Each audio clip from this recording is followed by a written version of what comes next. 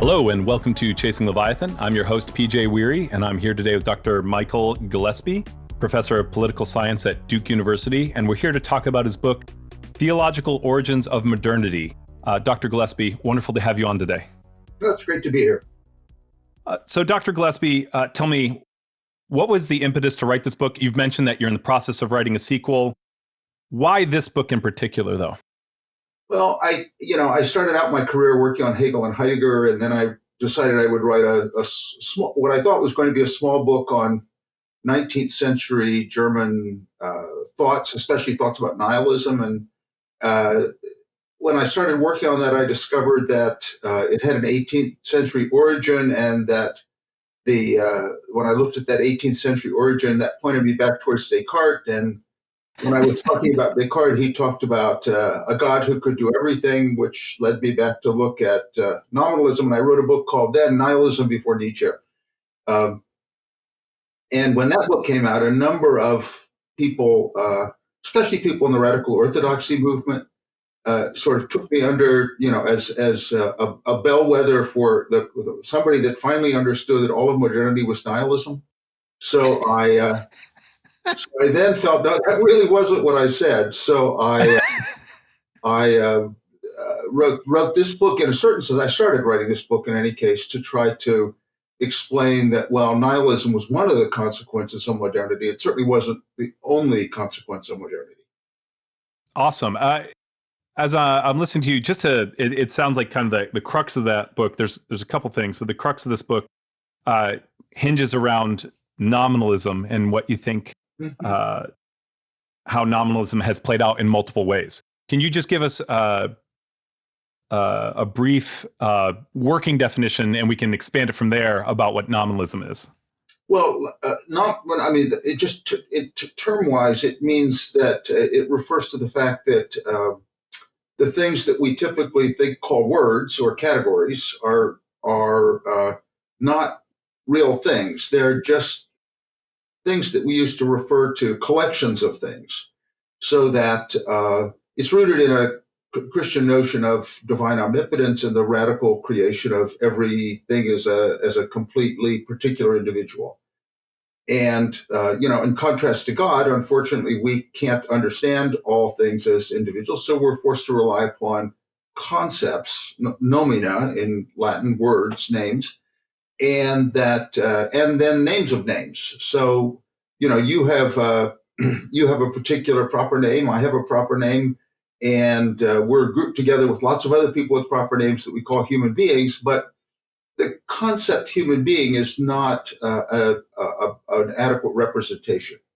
So, Occam, who's often thought of as one of the first nominalists, he is very famous for his razor, which is don't multiply universals needlessly.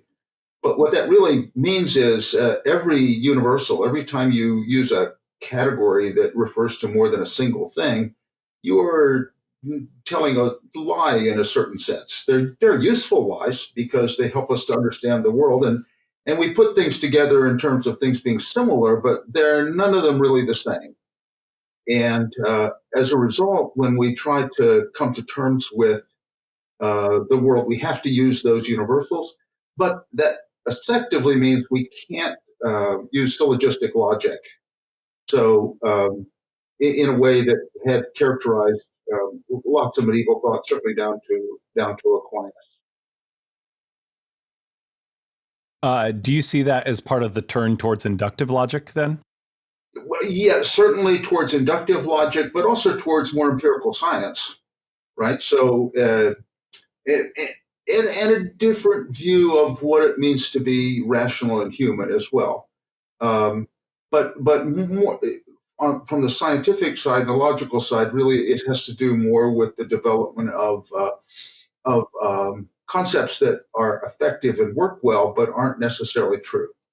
One of the examples I like to use is the rethinking of modern mathematics that assumes that we can show that things that were previously thought to be incommensurable are in fact something that we can deal with. So, whereas for the Greeks, the square root of 2 when it appears on the number, it doesn't ever appear on the number line. It's just it's an incommensurable. It can't be measured.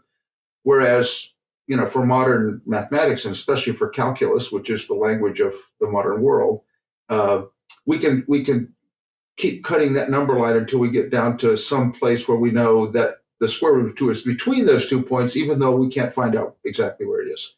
So, that's it's a kind of lie from a Greek or a scholastic point of view, but it's the kind of lie that can get us to the moon, right?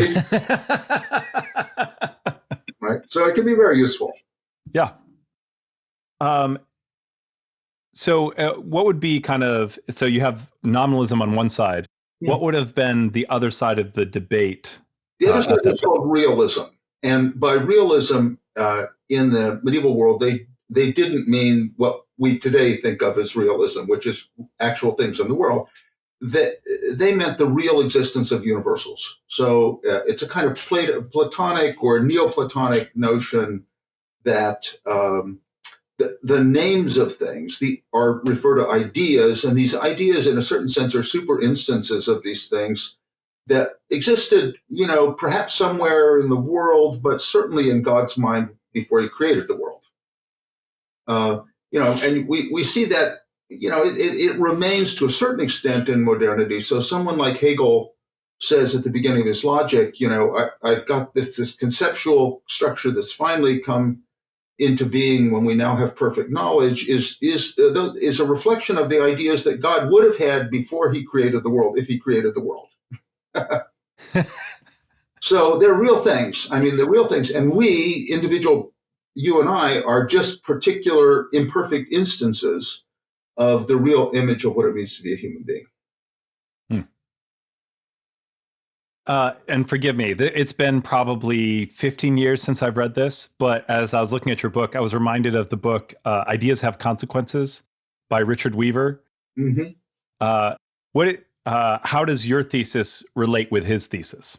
Well, I mean, the ideas do have consequences. Yeah, okay, that's good. The consequences are not, they're not always obvious, and from my point of view, they're not necessary, right? There's people sometimes, if you look at the very beginning of philosophy with Thales sort of looked out into the world and he saw kind of everything was sort of the same thing. It sort of fit together. And we would say, oh, it's all matter or it's all substance. He didn't have a word for matter or substance. So every time he opened his mouth, all that came out was water. Right? And, so the development of a terminology and a language to talk about things is a long, I would call it a genealogical process. There's no historical necessity to it, but in order to think about, the kinds of things that Descartes, for example, thinks about, it's, you need to have a notion of self-consciousness.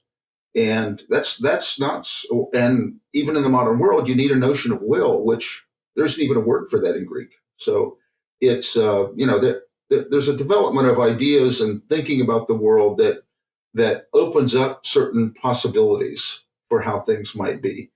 They're almost never univocal. There are many different ways you can go, but I think it's very useful for us to look back and try to come to terms with how we got to where we are. I end the book talking about Oedipus, who imagines, he's kind of the first American, I suppose you could say. He thinks he's a self-made man, right? I mean, he says, unfortunate child when Jocasta tries to get him to stop fighting, looking for the answer there. But he finds out, much to his dismay, that he isn't a self-made man, that everybody comes from someplace, and the place he came from was not where he wanted to come from. Sorry, that's such a, oh man, that's such a humorous but great skewer of American life. Sorry, I love that. I had to stop, just enjoy that for a second. Well, Americans, it's characteristic of the entire scientific enterprise Now, I don't think that's necessarily a bad thing. I mean, obviously, I'd like to go to the moon or to Mars or to wherever. I like the fact that we have, healthcare that actually makes us well rather than, bleeding us to death. Science is a good thing, but, we've lost, we've come to believe that science can do anything for us. And, we just have to recognize our own limits. I'm constantly surprised by articles that say we've discovered a new planet, an Earth-like planet, and it's only 20 light years away, which is really in cosmic distances is quite close. Unfortunately, at our current technological level, it will take us 2 million years to get there. So, relatively close is has to be understood in a way, and to see how how constrained we are and how we shouldn't overestimate our own abilities. And you kind of, well, before I get into that, sorry, I want to take these questions in kind of an order a little bit here. You start off in your introduction talking about three men standing amid a crowd of worshipers in Notre Dame in Avignon. Mm-hmm. Who are these three men, and why did you start there? It seemed to me that it's one of those chance encounters of people that you wouldn't. And they were all in Avignon at that time. I don't actually have a detailed story. I say it's a story. It's not meant to be a description of what actually happened.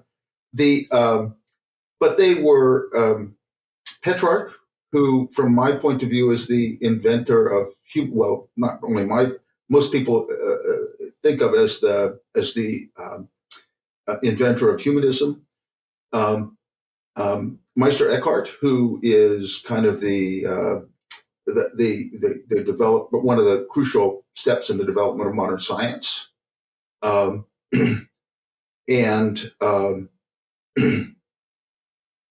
William of Ockham, who is the person that sort of led the charge against scholastic realism and opened up the possibility for thinking of things nominalistically, and of course had the important followers. Luther, for example, described himself as an Ockhamist.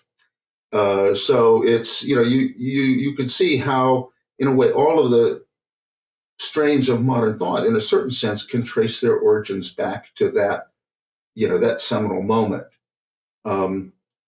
My general thesis behind it is it's rooted in a problem within Christianity, which is when we think about the attributes of God, we think about omnipotence, omniscience, and goodness. And the question that arose in the end of the late Middle Ages was, how can God be both omnipotent and good, right? Because and rational, because how can he be subject to rational laws if he's omnipotent, right? Descartes would later say, God, an omnipotent God, could have made mountains without making valleys. Right? He could have made it the case that 2 + 2 were not 4. So it's when you put those things together, and then there are a whole variety of consequences that modernity has to face, which is, in the Luther-Erasmus debate, Luther is convinced that God is omnipotent and can do anything, and Erasmus points out to him, if that's true, then God is responsible for not just for things that are good, but things that are evil. And so making sense. Now, one answer to that is, kind of answer that some existentialists like Heidegger picked up on, which is God is incomprehensible. Right? To think that we can understand, this is what Revelation gives us, but we can't understand how God can be both good and omnipotent when we really push that. We just have to take that on faith. One of the problems, of course, for the early 14th century was, that sounds all good, but we've got the 100 Years' War, the Black Death, we've got the Little Ice Age, a third of the European population has died. So, now, so some people thought, well, we must have really sinned badly right, to make this happen. But, that certainly was not something that most people would accept. Erasmus later couldn't, that somebody told him his mother, who had died trying to take care of him, was, she was a sinner. And he said she was just good. I mean, she didn't sin. She wasn't tainted forever by original sin. She, God gave her a chance to live a good life, and she lived a good life. I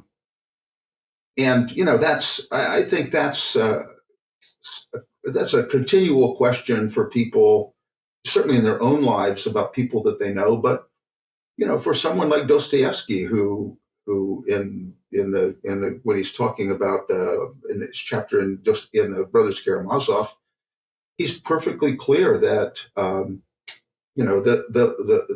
people that that the children who are tortured by adults are not, that can't be a world in which God is both good and omnipotent. That can't be no matter what no matter that, even if it all works out in the end, that everybody's reconciled with one another, those poor children can never forgive the people that tortured them. So, it's a running theme in not just in modern thought, but in all thought, that it's very difficult to understand how those attributes of God's all fit together. So, to take the first one of those men that you mentioned, how does humanism start with Petrarch and play out? And I love one. I personally appreciate the way that you came to this book of, you're going to write a 19th century, or book, and then you're at 18th century, and you're like, dang it keeps going back. I mean, there is that idea, that kind of chain genealogical process. So what's the genealogy there with, obviously we have multiple strands going on, but what's the one with humanism? Well, what I try to argue in any case, I began by talking about Socrates being willing to let the city put him to death and not wanting to escape, because in the Crito, the laws, he hears the laws telling him, I made it possible for your parents to meet, I made it possible for you to exist. And, even though he thinks he's unjustly put to death, the laws are talking to him. And part of that is because he was an Athenian. He left Athens only twice to go fight in battles, but otherwise he never left the city. And being a citizen in the ancient world was way more important than being an individual.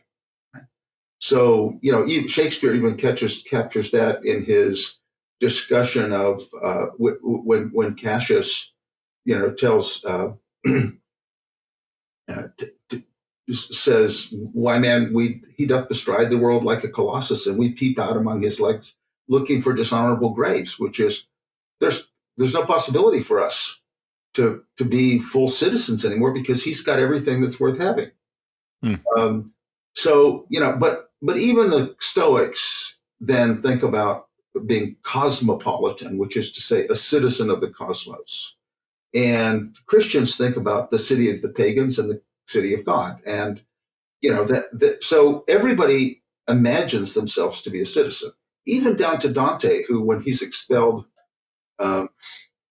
with the other Guelphs from Florence, he spends the rest of his life writing an imaginary tale about what heaven must be like, but also, more importantly, from a certain point of view, what the inferno must be like, because when he goes through there, he discovers all of those people that booted him out of Florence. What a surprise! So it's and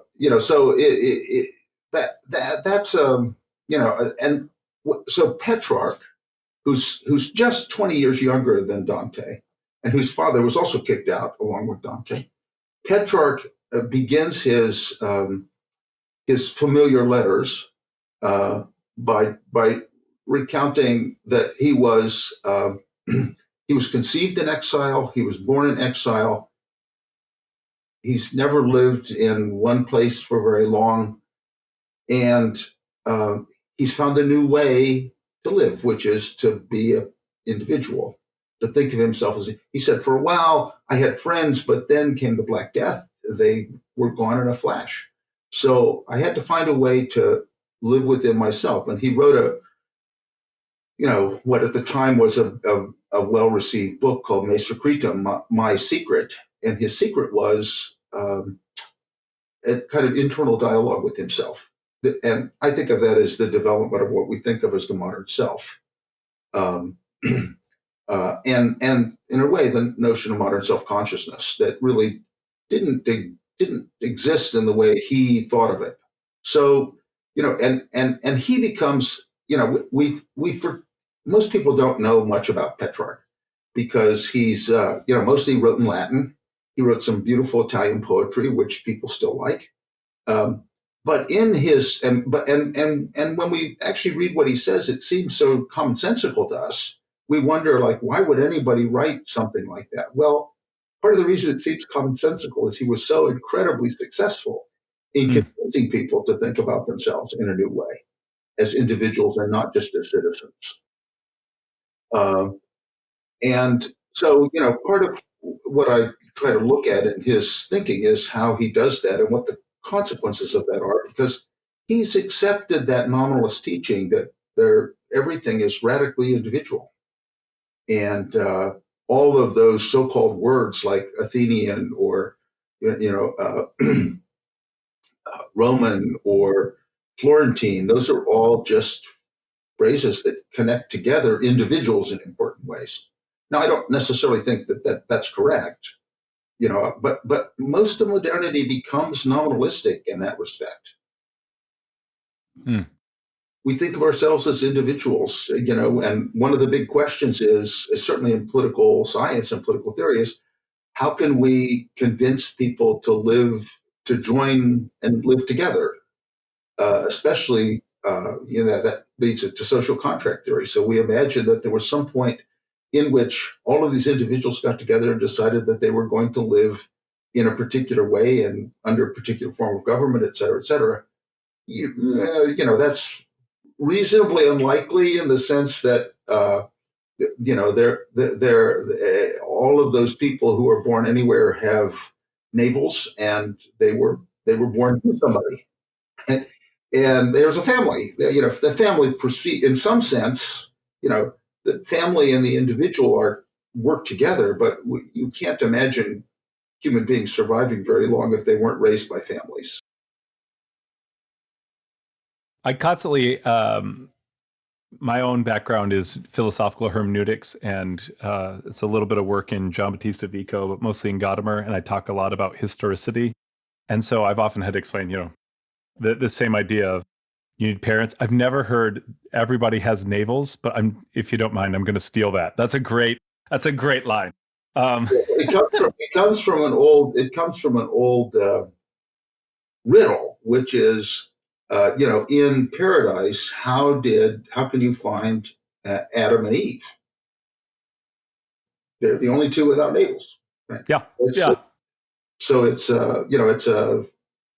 it's a kind of trivial fact, but it explains why Eastern thought is sometimes derided for just contemplating your own navel, but contemplating your own navel is not such a bad thing to do. I like that, and it helps you understand that you didn't just spring into existence by dragon teeth that were planted in the soil. And I just want to clarify and make sure that I'm kind of on the right track here.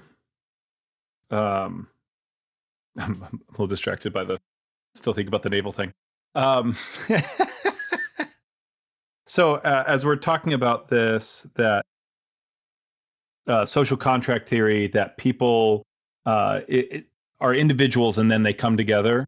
And if I understand you correctly, what you're saying is that people are always together, and then they had to learn to come apart. Well, sort of both. Yes. Okay. Humans almost certainly existed as what we would call a species. In fact, they were probably species before they were human, in a certain sense. I sometimes ask my students to sort of juggle their minds. I said, what does modern science tell us about how long we've been human and how many of your ancestors are human? And they almost invariably want to say, and then they stop and they think for a while, and then they say, well, I guess not very many of my ancestors were human. So, it's a thought that leads you to see that, it's connected to the kind of pantheistic vision that underlies even Darwin's evolutionary theory. That we have to understand that we are related to the rest of nature and things. Darwin didn't think that was something that undermined religion, but it certainly was let's say a dissenting view within traditional Christianity. And so, and again, just to make sure I'm on the right track here, the social contract theory, when we get Hobbes later on. So we started. Yeah. I think Aristotle captures this notion that human life begins in families. Families join together to form tribes. Tribes join together to form cities. Now, how that happens, whether it's through conquest, whether it's through intermarriage, who knows? But Petrarch is the first one that recognizes that you don't have to be a citizen of a city in order to be a human being. Aristotle says people that live outside of cities are either beasts or gods.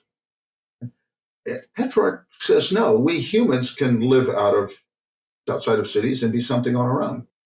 Now, it often turns out that people that live outside of cities, who are outlaws, to put it that way, are more beast-like, right? It often turns out that some philosophers don't fit in and they go live in the mountains.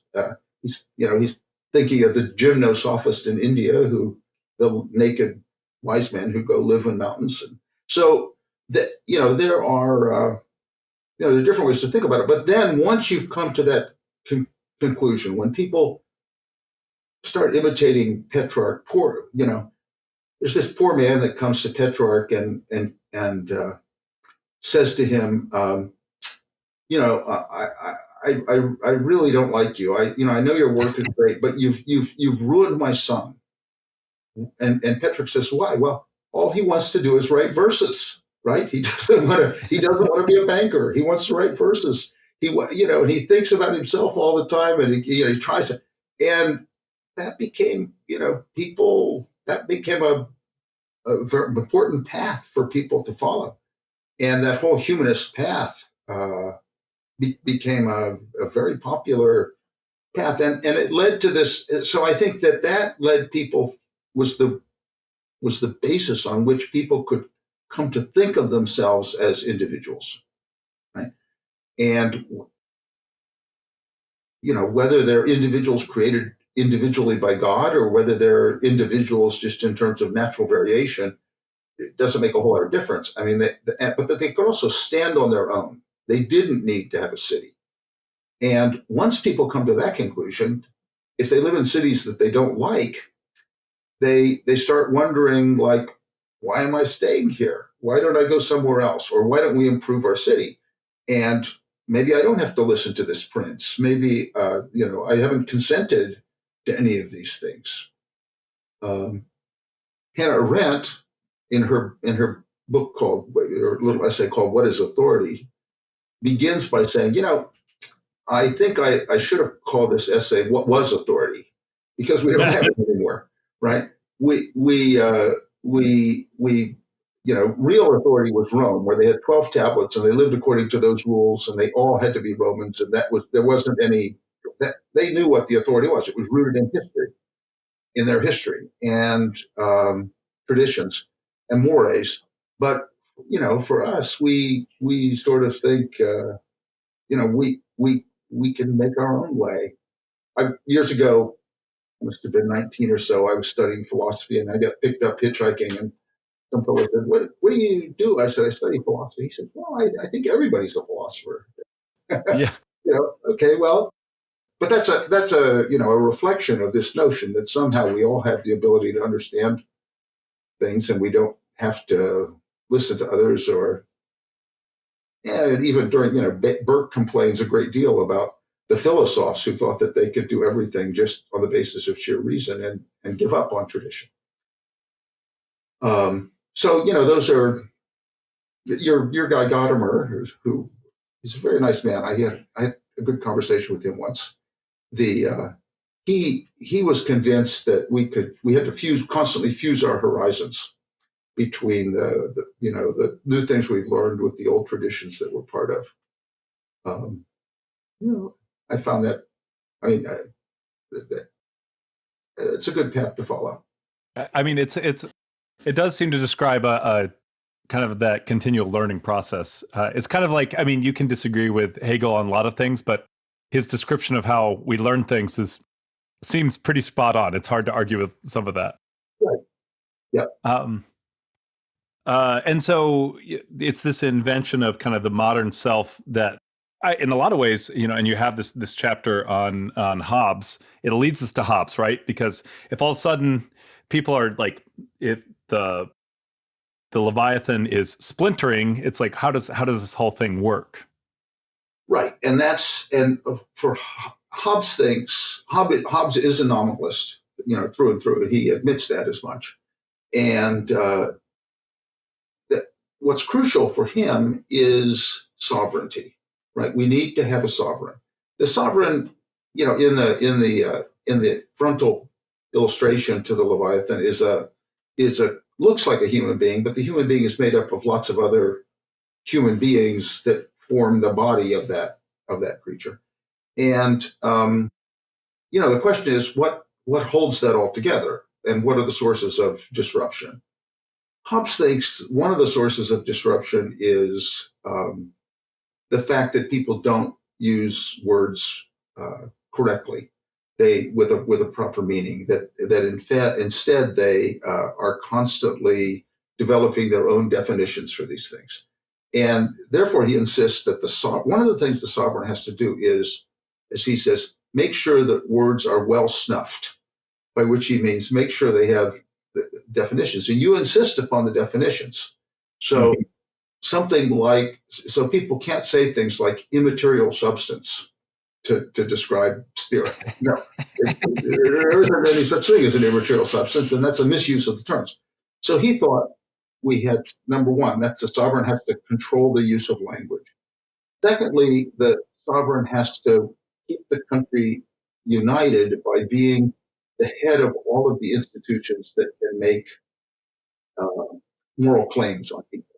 So the sovereign, he has to be a sovereign, ecclesiastical and civil, as the subtitle is, which is to say he has to be the head of the church and the head of the state.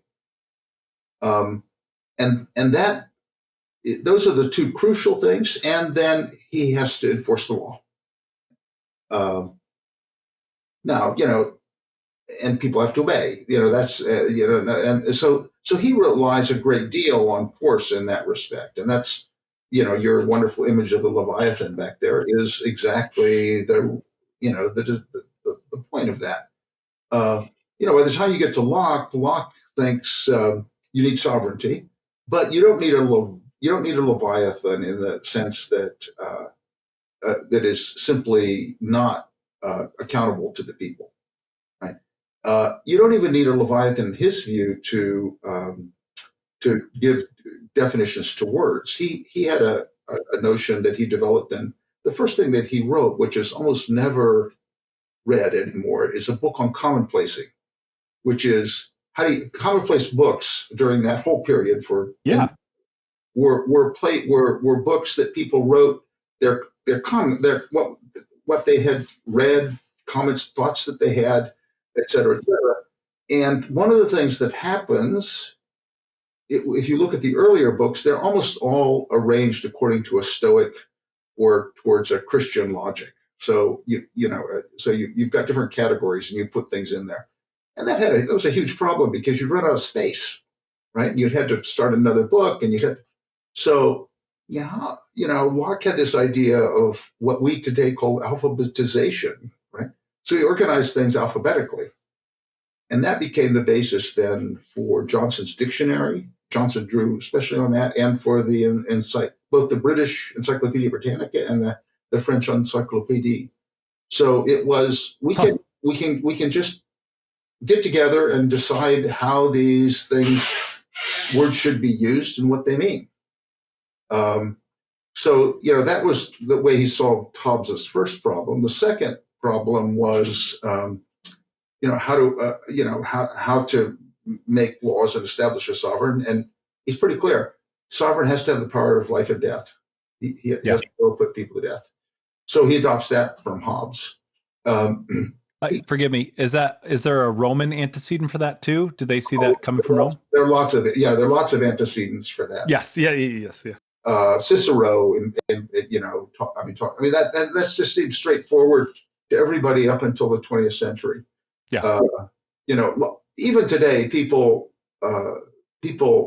they're not entirely. I mean, some people have never been in favor of the death penalty, but frankly, just putting people in prison forever is what it requires a level of opulence that most countries don't have, right? I mean, nobody wants a serial killer walking on the street or getting out of prison at some point, but they can't afford to keep him in prison forever, at least under humane circumstances.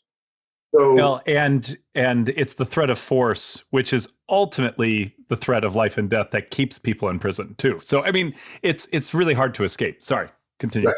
And so I, where he differs is in thinking about the consent that people have to give to the laws. And, he has this notion of tacit consent and express consent. And I sometimes ask my students how many of them have expressly consented to being an American citizen. And they almost nobody raises their hand. And then I ask them, how many of you are registered to vote? And how many of you have a passport? Okay, they all do, one or the other. And I said, did you read the fine print? Right. So they have all, and I said, you can leave the country without a passport. You just can't get back in, right? I mean, because that's you've sworn to obey the laws of the United States. And at least in the old days when I signed it, to not having been a member of of a group that sought to overthrow the government by force. I don't know what that would mean for people from January 6th these days, but I think that's probably not in there anymore. Yeah. So, one, thank you. That was, I really enjoyed kind of that, like overarching view, kind of, tracing that through. I was actually a little surprised because I don't know that I've ever heard really someone take Eckhart and make him the father of modern science. What makes Eckhart the father of modern science? Eckhart faced this problem, right? He was convinced that the rationalistic structure of Thomism and scholasticism generally was using artificial categories that didn't really come to terms with God. And God was beyond those categories in any case. He has a very famous section of it. I'll relate this through an incident I was involved in. Leszek Kolakowski, who was a very bright man, gave a lecture at the University of Chicago, and there was a dinner afterwards, and somebody asked him about the ground of things, and he says, "Well, I can't really tell you in English, but I can tell you in German." So being fluent in German, I told him, "Well, I could translate for you." And he said, "Der Grund ist der Ungrund." The ground is the unground, and der Ungrund ist der Abgrund, which is to say the abyss. Hmm. And then he stopped, and I said, "Well, wait, I know where that is in Eckhart." And he said, the next line is, and we're talking German. Yeah. The next line is, "Und der Abgrund ist Gott," and the abyss is God. And he said, "Yeah, but don't translate that." But so for Eckhart, the question was, we've previously God has been understood as that the world somehow is created out of divine substance in particular shapes and forms. And if that's not possible, which is one of the consequences of nominalism, because that's not compatible with divine omnipotence, God can't be God if that's the case. The question is, what is the world made out of? And for Eckhart, it is divine will. It's just the various manifestations of divine will as they appear. One in you, one in me, one in, et cetera, et cetera. But also rocks, planets, plants, everything. It's always but divine will is not static. It's constantly changing. So if we want to understand the world, we have to understand that it is an expression of divine will, right? Now, so if you come to Hobbes, for Hobbes, the world and all of us are matter in motion. And, some people say, well, that sounds atheistic. Well, it depends upon who began that motion, right? So it's essentially equivalent to the position that Eckhart takes, which is we can't understand the world by asking what it is. We can only understand the world by asking how it works and how it develops. Mm. And so modern science, in comparison to ancient science, it's a science of motion and change. And this is what calculus is meant to measure, right? So it doesn't start out, that isn't really what people thought when they were thinking mathematically. But Galileo gets put under house arrest. He's bored to tears. He's a mathematician, and he starts rolling balls down an inclined plane. And it eventually, he says, there's a kind of mathematical proportion there. And that was what people we take that for granted today. But at the time, that was called a category error, right? Because mathematics was about things that don't change, not about things that change. Mm. And if you tried to use mathematics to understand things that changed, you were wrong-headed in that respect. So Galileo begins that. That gets picked up by Descartes, who develops the Cartesian coordinate system, which allows us to map out the changing points in analytic geometry. And then Luther and Leibniz,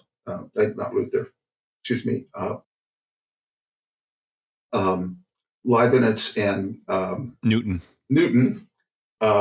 formulate calculus out of that, which enables us to, we can understand everything from how much water pressure do we need in order to get water to all of the houses in Florida, and how much, and how much money do we need to change the vote in an election, right? I mean, it can be voted. We can measure those things, and we can have, they're not going to be perfect examples, but we have enough to go to the moon, right? So we understand the motions of things, and that's really what comes, which is what modern science is all about.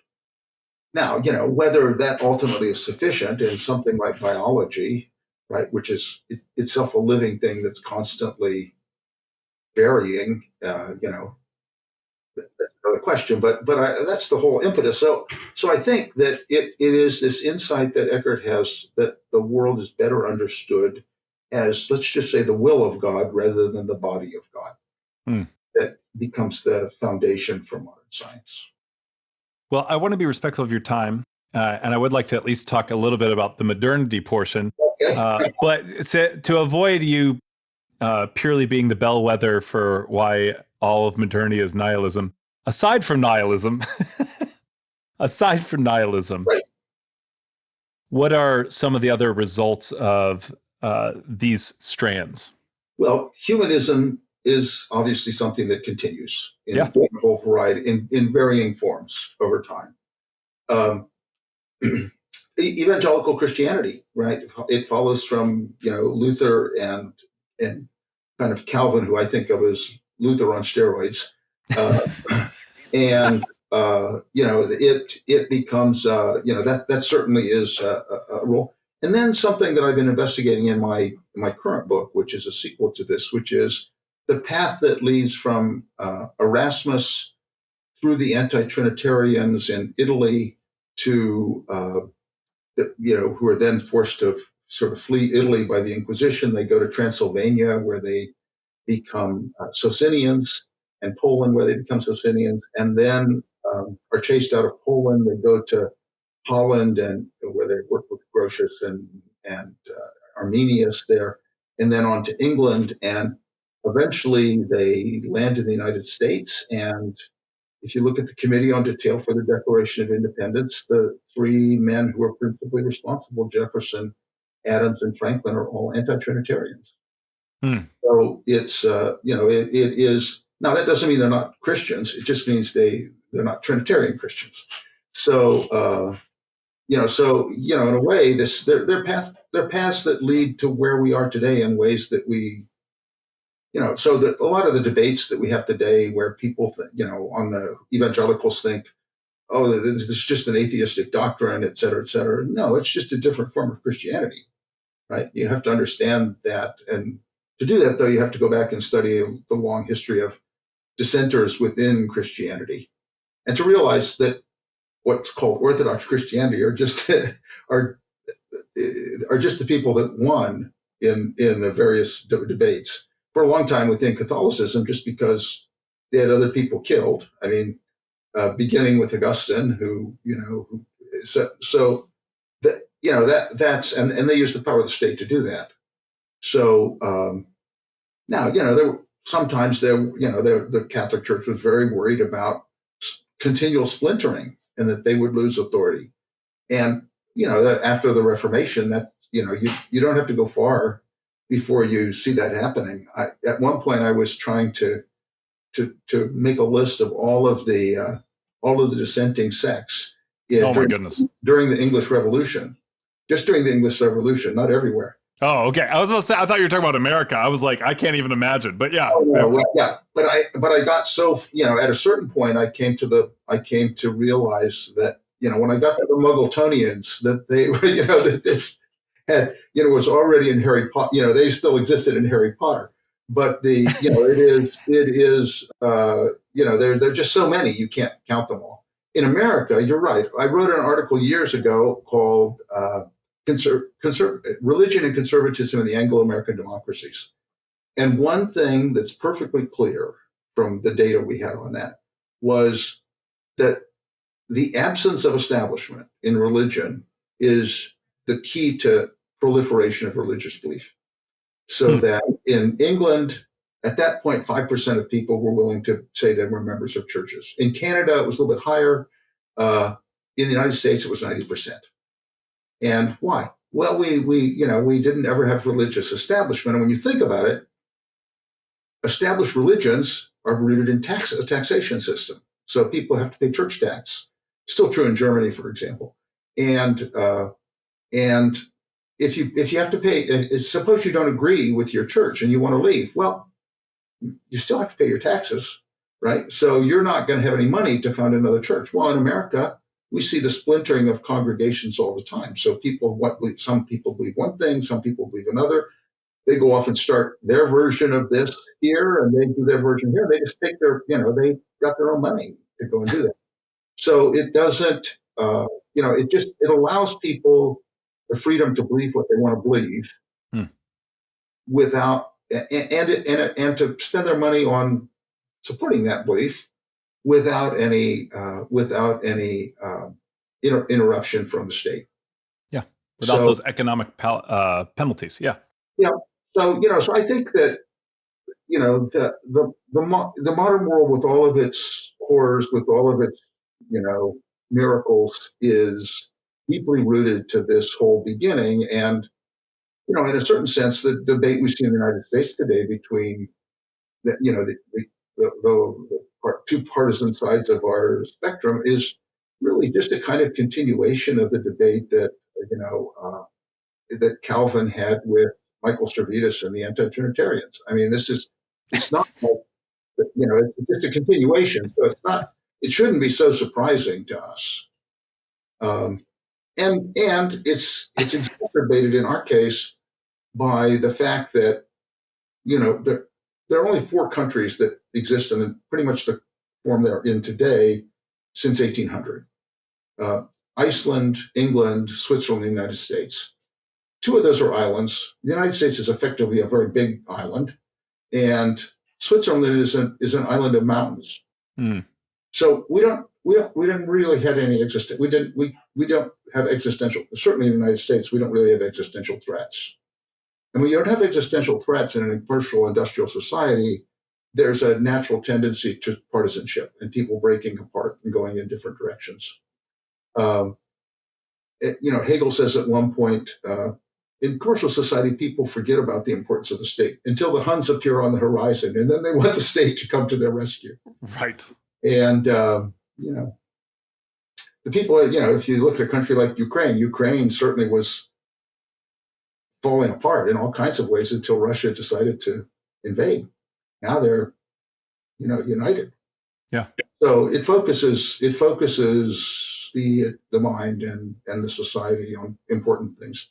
We, since the end of the Cold War and when we lost our role as the leader of the free world, because there wasn't effectively an unfree world for a while there, we all kinds of splits came about: the theocons versus the neocons, the evangelicals versus it just goes on and on.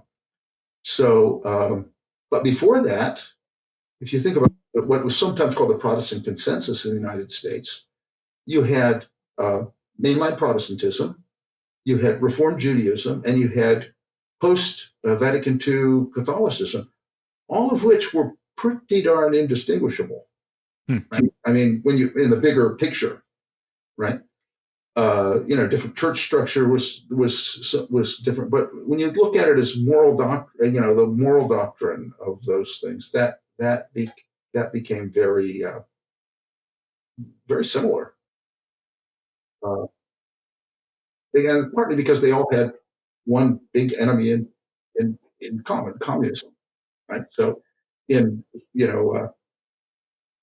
J. Edgar Hoover would appear on television, and I can still remember. And point 7, the communists are atheists; they do not believe in God, et cetera, et cetera. And that people were worried about that. Yeah, absolutely. So I want to be respectful of your time.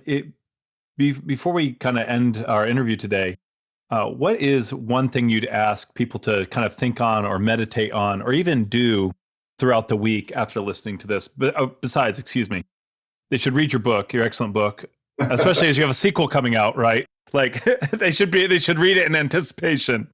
But besides reading your book, what's one thing that people should do this week or think about this week?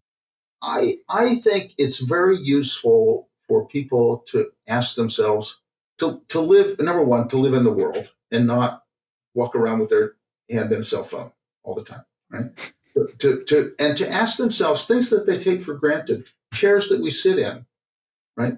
Where did that come from? How did that happen? Who's responsible for this? What do we? And in that sense, what do we owe to the past? What do we owe to all those generations of people that have come before us?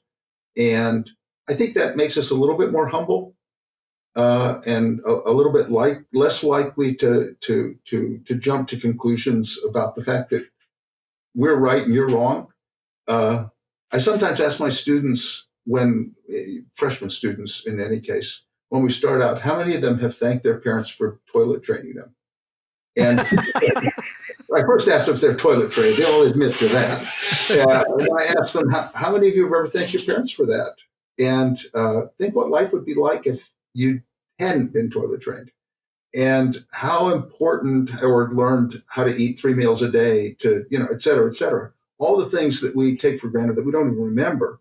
That's just the tip of the iceberg of all of the things that exist in our world that we forget had a human origin in some place, and that owe something to somebody else's ingenuity and efforts. One, thank you. That's a tremendous answer. Especially, I my last kid is, we just started potty training her. So that speaks directly to me. But Dr. Gillespie, really informative, really enjoyed it today. Thank you for coming on. Great. Thanks for having me. Bye-bye.